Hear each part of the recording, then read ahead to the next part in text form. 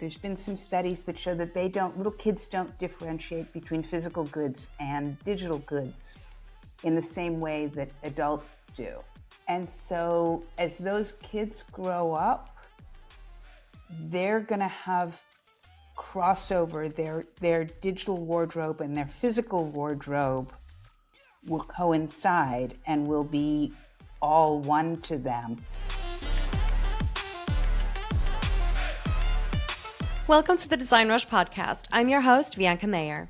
Today, we're absolutely delighted to welcome Sylvia Heisel, a trailblazer in the realm of fashion technology and a visionary in integrating cutting-edge tech with haute couture.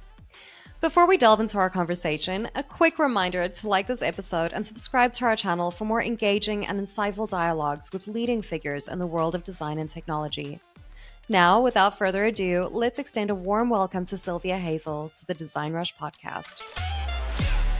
Once again, a very warm welcome to the DesignRush podcast. We are so thrilled to have you here with us today. Amazing. I am so honored to be here. Lots of fun. Thank you. So, okay, before we delve into, the intricacies of branding and tech and creativity, I would like our audience to get to know you a little bit better.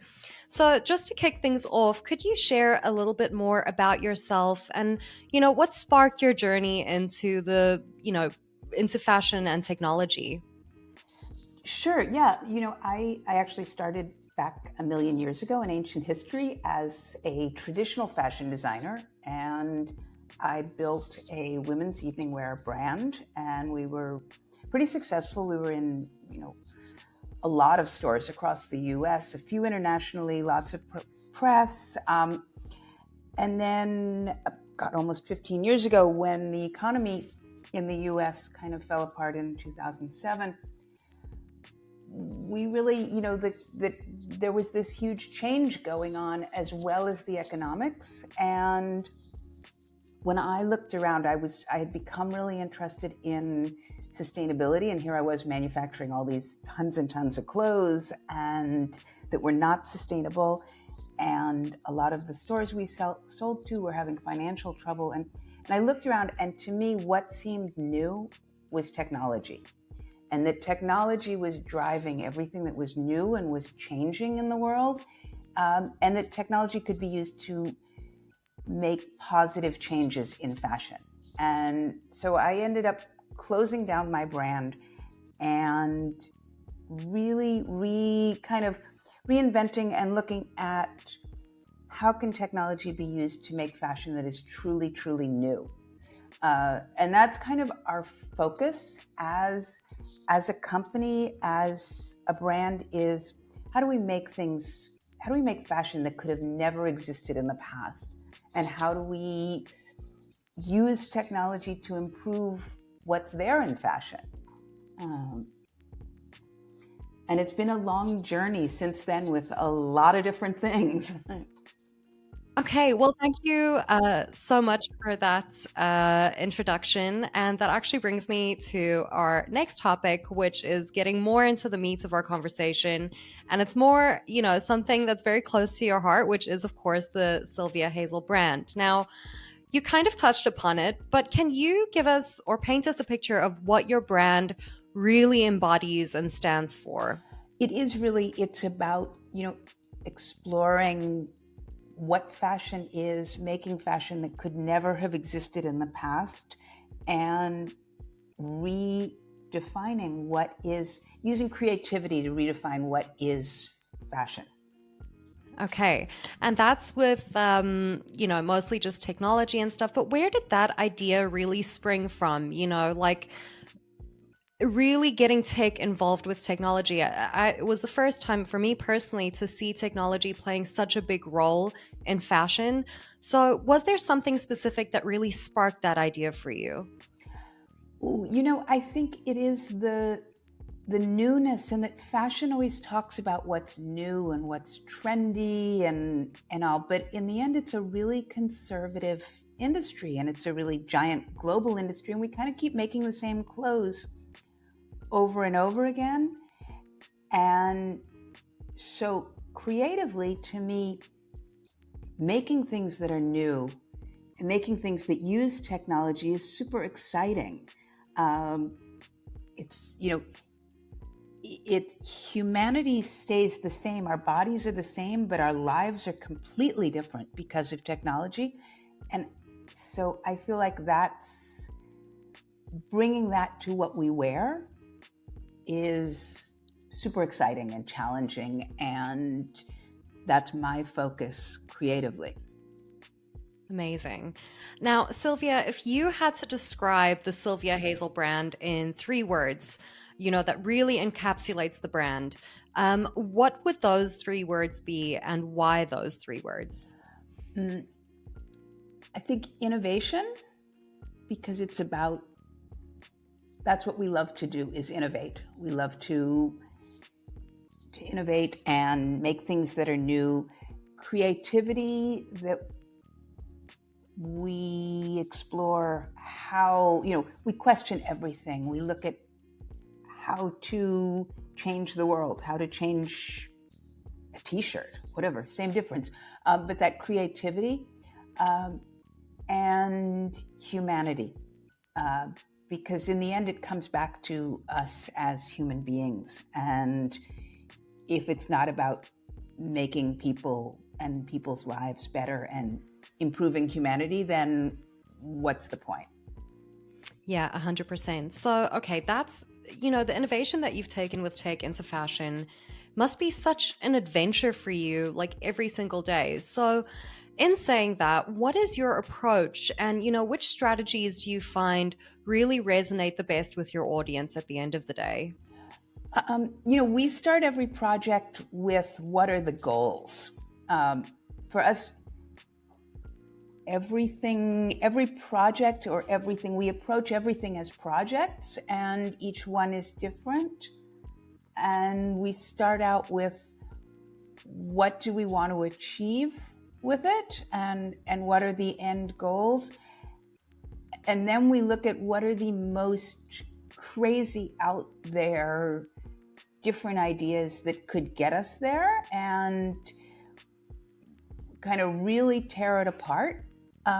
And then we talk to lots of people. We try and get feedback, and we try and I think we define who is the audience for each project also, and really keep that in mind. It's a balance between how crazy you can be and how much you can make sure that you still stay on target with what your audience and what your goal is. Okay, so when you say that you identify your audience, right? First of all, how do you go about identifying your audience in the first place? And then what do you mean by talking to your audience? Do you use social media platforms or something like that to really reach out to them? Or what is your method there? I think it depends on the project again, but who are you aiming at, and who is the end user on anything, and try and kind of really dive into them. Coming from fashion design, when you design a piece of clothing, you start out with this image in your head of who you're designing for, and is it a millennial woman who worships Kim Kardashian and spends 4 hours getting ready in the morning and never ever wears sportswear? Or is it a 40-year-old woman who works in a corporate office and only eats gluten-free, and this whole thing and drives a Tesla, whatever? You create this whole customer profile, and then you go, okay, well, what would she love, or what would he love? And then, so there's that customer thing, and that who is the audience that way, where it's this creative brainstorming. And then there is who's the bigger audience and just the demographics. I'm a big believer in demographics and numbers and knowing your customer that way. Do you want to partner up? We can do that together if Right, you we want could, right. to. I think we just came up with $1 million With idea it. here, Sylvia. Anyway. Completely. Yeah. So, so okay, you must have like a million ideas that flow through your head, especially because, you're so creative and everything. So, and also your creations are very unique from what I've also seen, and they're incredible, I have to say. So, where would you say the source of your creativity or these ideas really spring from? What does your creative process look like? So I don't know where the ideas come from, honestly. I think the one thing that's to me important is to not, if it is a fashion related product, not to look to fashion to solve the problem, to look to the world in general and completely other fields, and to be as open to different ideas as possible. Okay. And just on that same topic, what's one of the more like out there ideas that you've had recently? Wow, I have to think about that. To me, none of them are out there. To me, they all make perfect sense.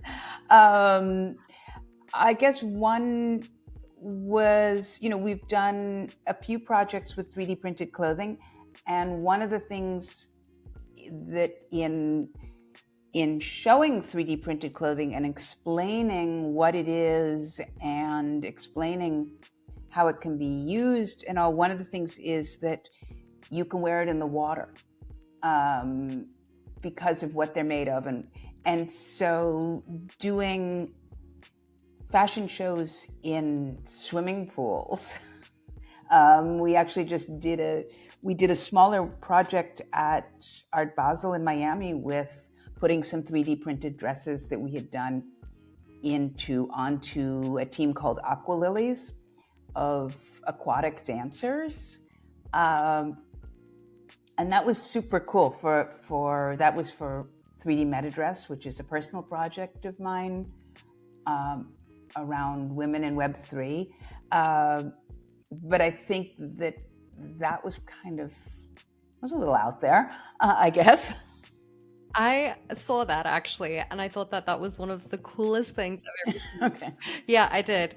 And I have to say, I love the idea that you can swim in your clothing and it's not going to like wrinkle or get like super soaking wet or anything like that. I love that idea. I think it's fantastic. So, okay. So, obviously, your team must be some of the best, right? And of course, as you know better than anybody, the right team can or a team can make or break a brand. Now, how do you find and nurture talent that really aligns with your brand ethos? Ooh, another $1 million business idea. It's really hard. It's really, really challenging. Finding the right team is an endless challenge. I think for me, we're a tiny little company, and so for each project, the team goes up and down, and it's about bringing together a group and a community and a team that really works well together. I think I am not someone that is a good manager, and I don't enjoy managing people. So I look to people who are equals, and I look to build a team where everybody contributes equally and everyone has really, really different skills that they bring to the project always. So that we're all working together and we all have our strengths and our weaknesses. And then trying to make sure that everybody gets heard is crucial. Yeah, absolutely. It's I think it was Steve Jobs that said that you don't hire people to tell them what to do, you hire people to tell you what to do, right? And I think there's real value in that, in finding team members that are as smart or even smarter than what you are with regards to things. And I find that businesses are really, really going more and more into this direction where, people need to be absolute experts in their field, and I think that really helps to drive things. I've also found that a lot of people actually don't really like to manage, and there's more of an equal playing field. But in saying that, of course, your team members must be extremely creative. So, and must have their own ideas as well, right? So, how do you find the balance to have like a harmonious, like collaborative experience at work when it comes to all of these different ideas and opinions on how to do things? Ooh, I think that is easier with smaller companies and smaller projects, and the larger the team and the project and what you're doing becomes, the more structure there needs to be to make sure of that. On something that's smaller, you can kind of go, okay, we're going to meet on a regular basis. We're going to all make sure that everybody listens and cares. You can use all kinds of digital tools, of course, for doing that, but it's not, the challenge is really when you're working on something that is much bigger, it becomes much, much harder. I'm not sure I have an answer for that. I think it's still super challenging. I guess awareness of the problem is key, and to always be aware that, and be listening for, is everyone getting heard? To have empathy for everyone's and every stakeholder's opinion and contributions, I think is really key to it. Again, there's no magic, there's just, we're all humans. We all have to work together. And if someone's not willing to do that, then it doesn't work as a collaboration. That's when things fall apart. Mm-hmm. Have you had an instance like that before where someone wasn't really willing to collaborate as much and then fell apart? Sure, or got, or had to leave. I think that's just a reality of business and of achieving anything, is that if everybody's not working as a team, whoever is in the lead has to make that decision that the person that isn't contributing shouldn't be there if they're going to bring down the entire team and the entire project.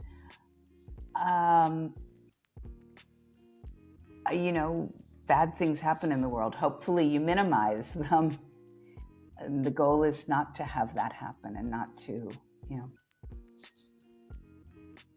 Yeah. I think it's quite interesting as well to just explore briefly, if you're okay with that. But how do you navigate that in a way that, results in the least amount of damage? Painfully is the first word that comes to my mind. I am not a person that likes confrontation, so it is always a painful process, and I am not sure that I'm the best. I don't think that's one of my strong points. So I'm not sure I'm really the best person to answer that. I would welcome other people's opinions on better ways to handle it. I think for me, it's each time it's very difficult. But again, you just keep the end goal in sight, and you decide on a case-by-case basis how much damage and what's the best way to handle it. So how do you encourage like the constant flow of creativity in your team? Is there any like special things you do during the week maybe to really get those creative juices flowing, or anything like that? I think everyone is creative in their own way, and I'm not a huge fan of every kind of sort of team building exercises for creativity and things. I kind of prefer to have crazy ideas and to let others have crazy ideas, and everyone shares them and feels comfortable sharing their most crazy creative ideas, and then you kind of give it some time and everyone thinks about everything, and then come back and try and realistically solve the problem, or create a solution. I think is more, creativity is such a funny thing of, my creativity is mostly around visual things, but then on almost every project I'm working with people where their creativity is in writing code or in audio or music or things which are so different. And so I think it's about having everyone have the opportunity to kind of think about it, think about what's the problem, think about what's the goal on the project, and then come up with throwing out crazy ideas and seeing how they'll all work together to solve the issue and to create something, to build something amazing.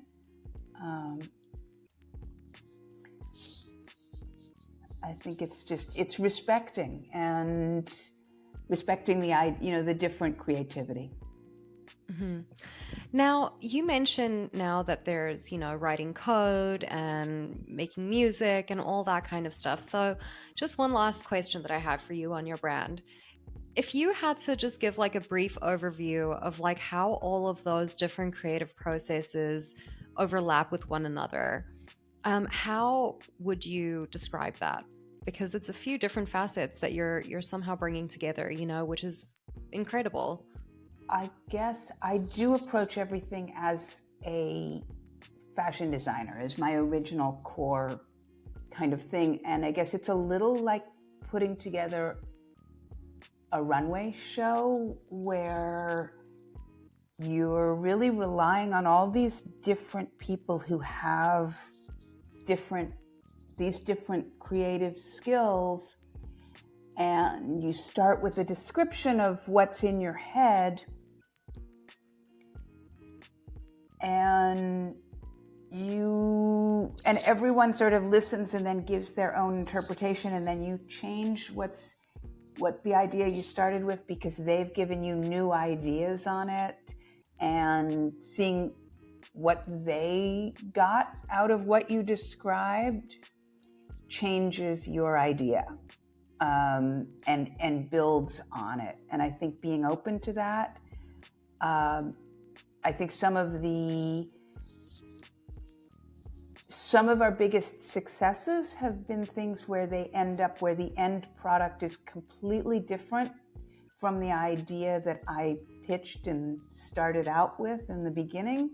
But it developed into something that you kind of know a lot of times, where when something really works and resonates, and even if it wasn't in the original brief, you go, okay, let's go with this.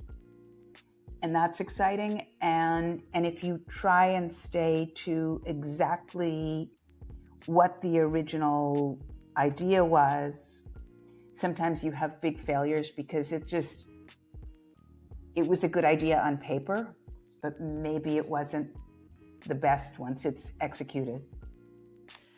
Yeah, I think I've had this conversation loosely with a few other people as well. And there's sort of this idea that, it's striving for perfection or sticking too much to what your like initial goal is. Like, I think you can take, for instance, like a startup company, for instance. Sometimes they start out with one idea, but then it snowballs into something completely different. still maybe on the same wavelength, but something completely different to what they wanted. And it actually ends up being a much bigger success than what it initially would have been. So, I mean, if you think about it that way, would you say that, there's a lot of like how, let me rephrase that actually. Um, how important do you think flexibility is when it comes to, having an idea in your head and probably having to pivot it into something else? I think, again, that's one of the advantages of smaller companies and smaller projects is that it's much easier to pivot.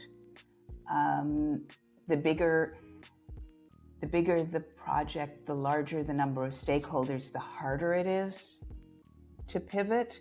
And the more flexible you can be, the bigger the opportunity. The higher the risk, but the bigger the opportunity. If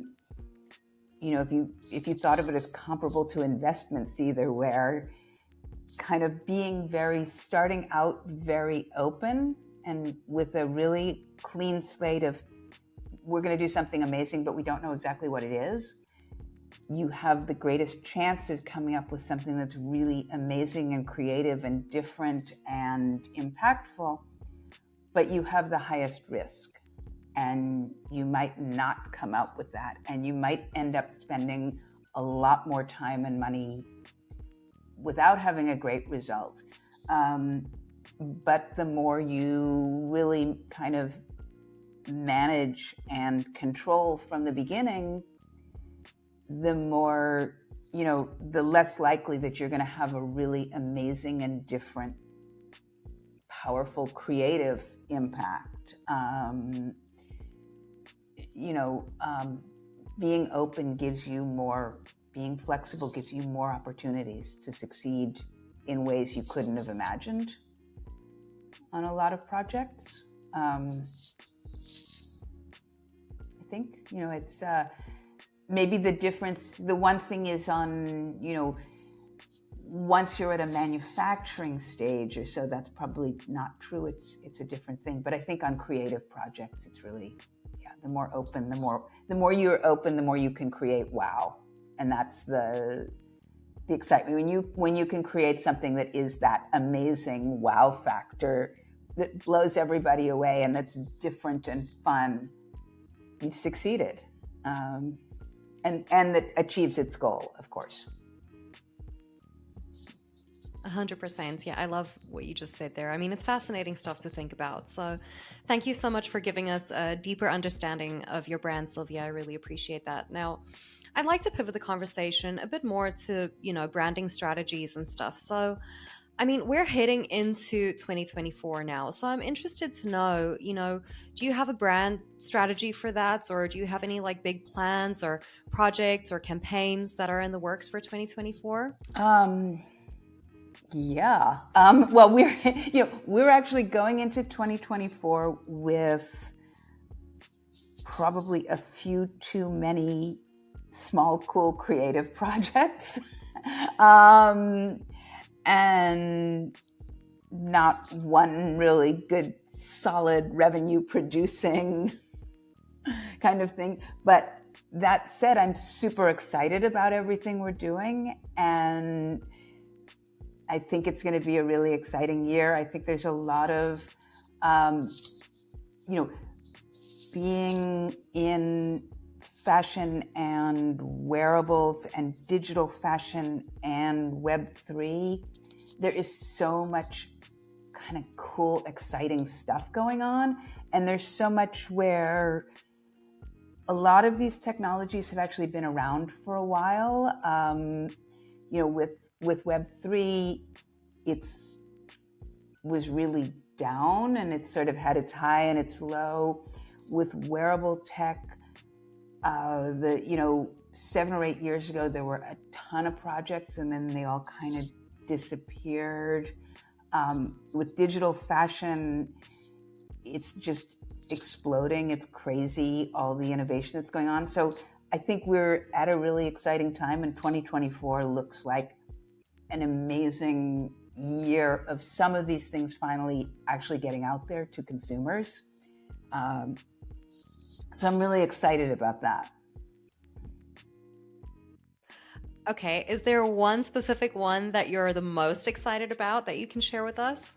Without giving too much away, because a lot of these are things there is, well, shout out to 3D MetaDress, which is my project around, it's around women in Web3, and we have a 3D printed dress that highlights 300 amazing women, and aims to raise money and awareness for women in tech and help girls in tech succeed.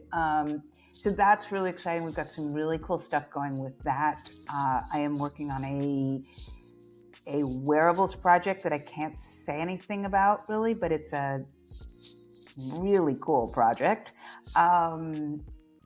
And a lot of AR and digital fashion, and a lot of design for 3D printing and 3D printed accessories.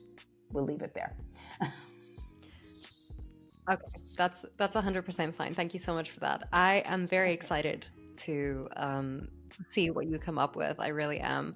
Now, just before, because you've mentioned a little bit about Web3 and AR VR and 3D printed tech and all of that stuff, which I do want to dive more into. But just one more question on marketing and brand visibility and stuff like that. I'm curious, Sylvia, as a leader in fashion technology, how important have you found partnering with the right agencies, to like amplify your brand's message and stuff like that? Like, mostly in the context of how do you think like a platform like DesignRush can really assist brands like yours that are super innovative to finding the right partners for their unique needs?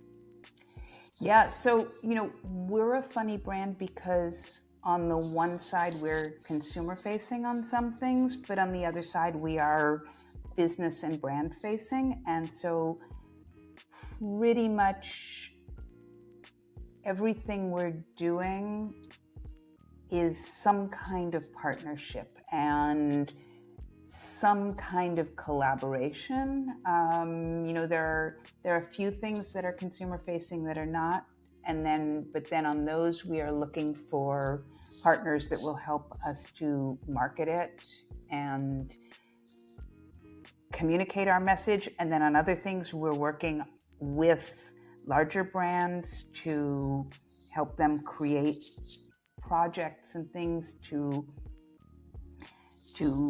relay their message. So I think everything we do is a collaboration, and finding collaborative partners is one of the biggest challenges. So looking to DesignRush, looking to platforms to find those collaborations and connect and share and learn, but mostly to connect and to find partners and to find the right teams and to find the right projects. Super important, crucial to making anything happen. Okay, so now let's talk about something that I think gets us both really excited, and that's more about the tech that you're using in fashion and how these two overlap and like what kind of opportunities they present. So let's start off by talking about 3D printing. Of course, as you know, it's revolutionizing fashion production. So I know that you've integrated this technology in your work, but what future potential do you really see? I mean, I can imagine that you would say like sustainability, but is there anything else that you really see having a major impact on the fashion industry when it comes to 3D printing? Yeah, I think, it's very early stage still on 3D printing. It is still not widely adapted in fashion, and there's a huge amount of area for expansion and all. I like to think of 3D printing as additive manufacturing, and with the idea that almost all traditional clothing manufacturing is subtractive, so that you're cutting out, you're leaving 15% or so of the material on the cutting room floor. You're assembling those cut pieces into things. Whereas additive manufacturing is the idea that you are really creating something with only the material that is needed, and you're transforming a material from one form into another to make the product you need, and that you can do that on demand. You can do that so that rather than the traditional fashion manufacturing where the more quantity of an item you produce at once, the less expensive it gets. With additive manufacturing, it's the same price. The machine is making it, and whether you make one of it or 10 million of it, it's the same thing. And that gives this amazing opportunity for customization. And I think that's super exciting and will change fashion as we develop it, and will change, this idea of being able to customize on things that we put on our bodies is so huge, that in terms of how it looks, in terms of how it feels, in terms of how it functions, I think we'll see clothing that's very different at some point when this really becomes a global manufacturing method. Yeah, I'm really excited for that, to be honest with you. So I'm curious, actually, I didn't do too much research on this because I wanted to ask you this and have it straight from your mouth, of course. But when you say that, or when we're 3D printing clothing, right, what sort of material is used exactly for that? So again, it's transforming a material is the technology. So you're taking a material that is in one format and you're turning it into another format without, in a one-step process rather than a, many, rather than taking cotton where you're picking the cotton in a field, you're spinning it into thread, you're weaving it into fabric, and then you're cutting it up and sewing it. Additive manufacturing is about transforming it. And the technology in that right now, again, this is where we're at a kind of really exciting stage in the evolution of the technology, because right now it's still pretty limited what you can actually print with, but it's changing super quickly. And that technology to transform materials and what materials can be transformed is evolving really, really fast.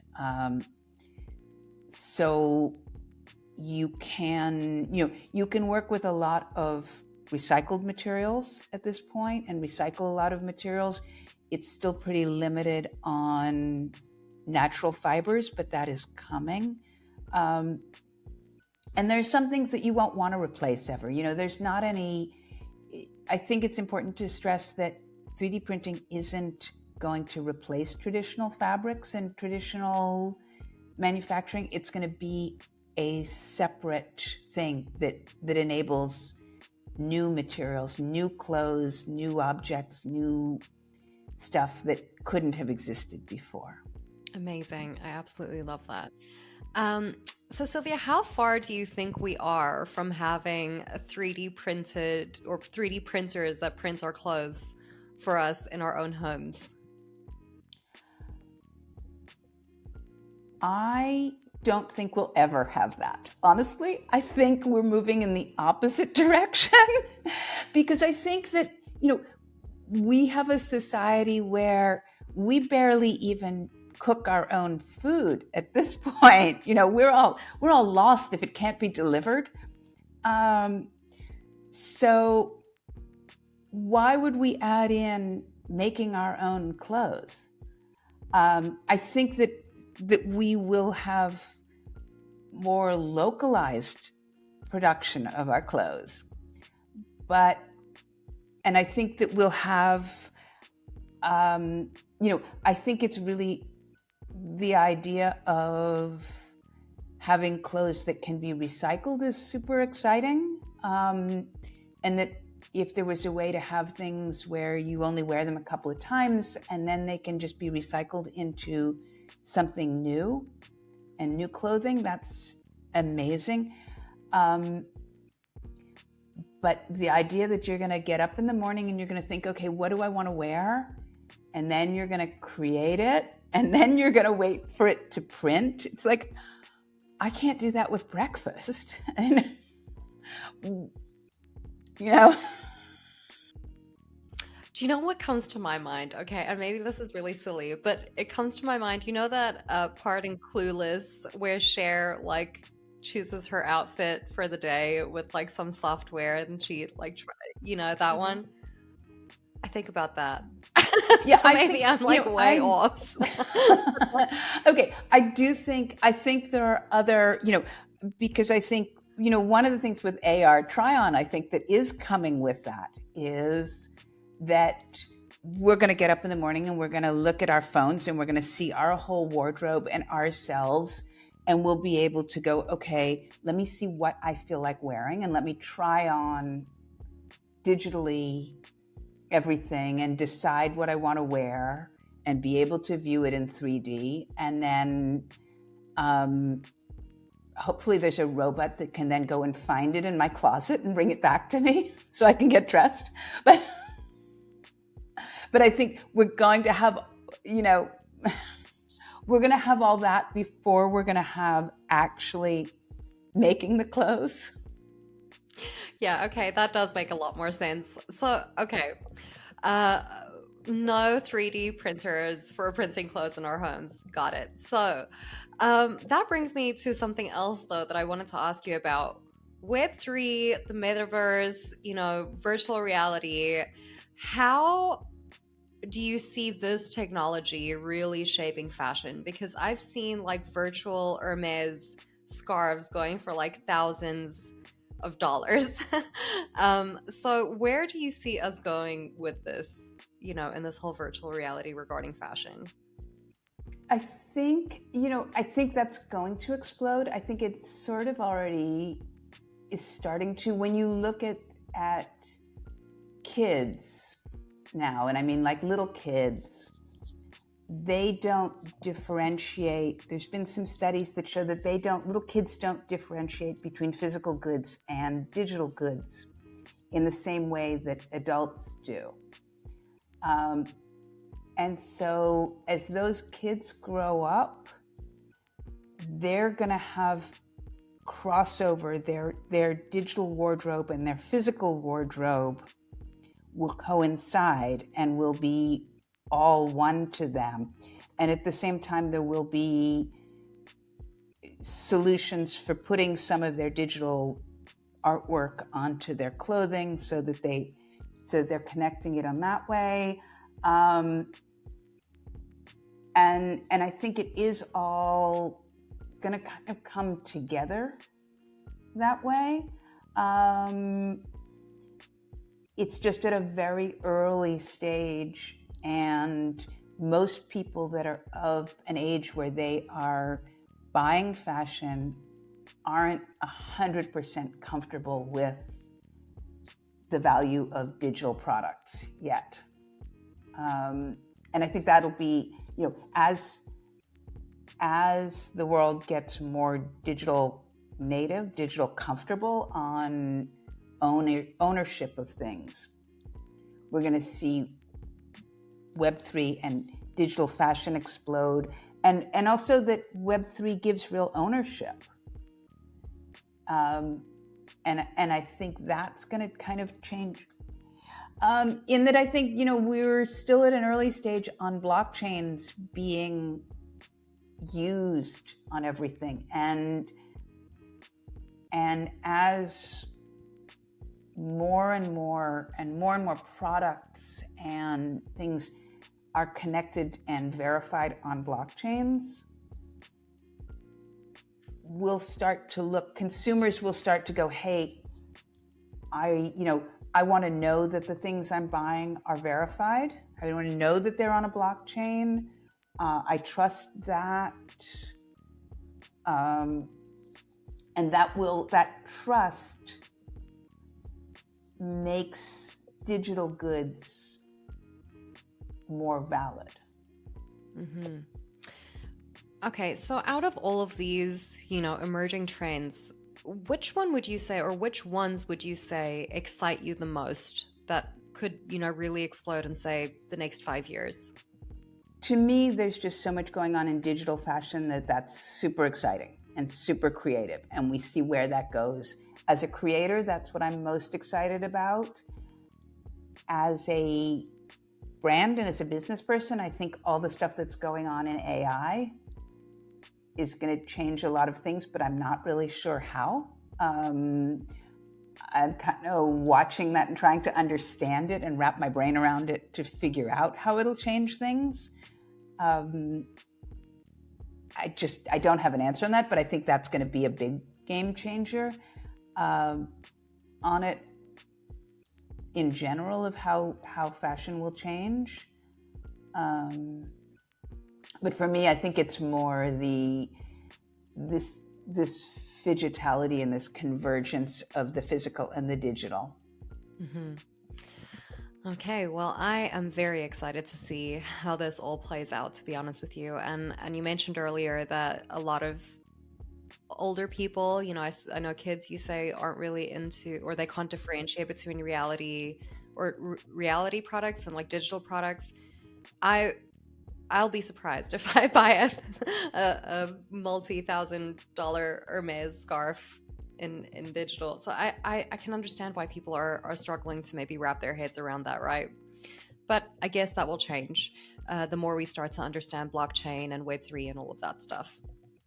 Now, Sylvia, just as we start to wrap up, right, thank you so much again for your time today. I just have two more questions for you. And I'm curious about who, the roots or where the roots of your inspiration really stems from. I mean, are there any colleagues or industry experts that you really look up to and or respect the most? So, I think I tend to look outside of fashion. I look to the art world a lot, and then I look to the general world, and then on a smaller level, I think I look to my friends and the people around me. But I think the main, for me, it's important to not stay within my industry and my comfort zone of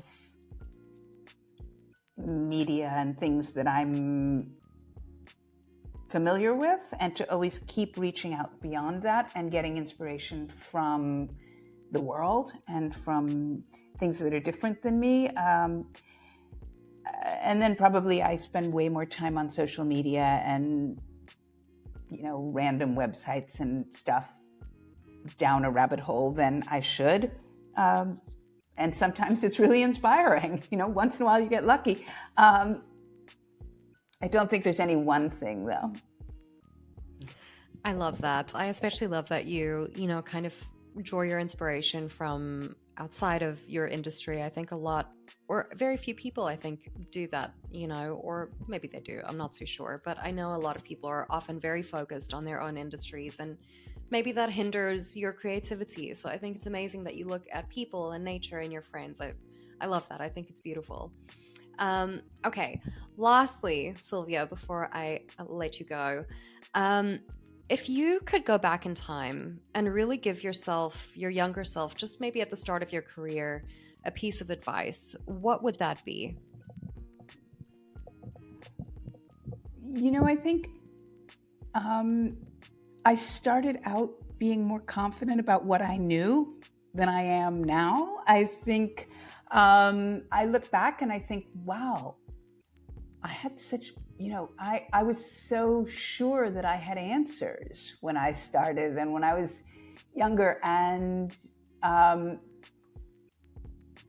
think, it's that mix of I think that confidence is important, but I think I would tell myself to question everything and not assume that any answer is correct, and not assume that A will lead to B, will lead to C, will lead to D. I think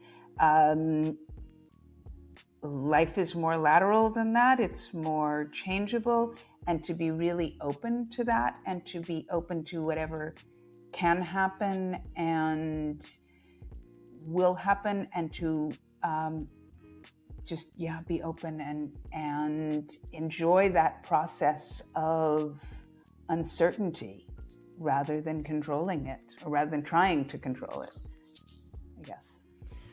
I absolutely love that. I really do. Yeah.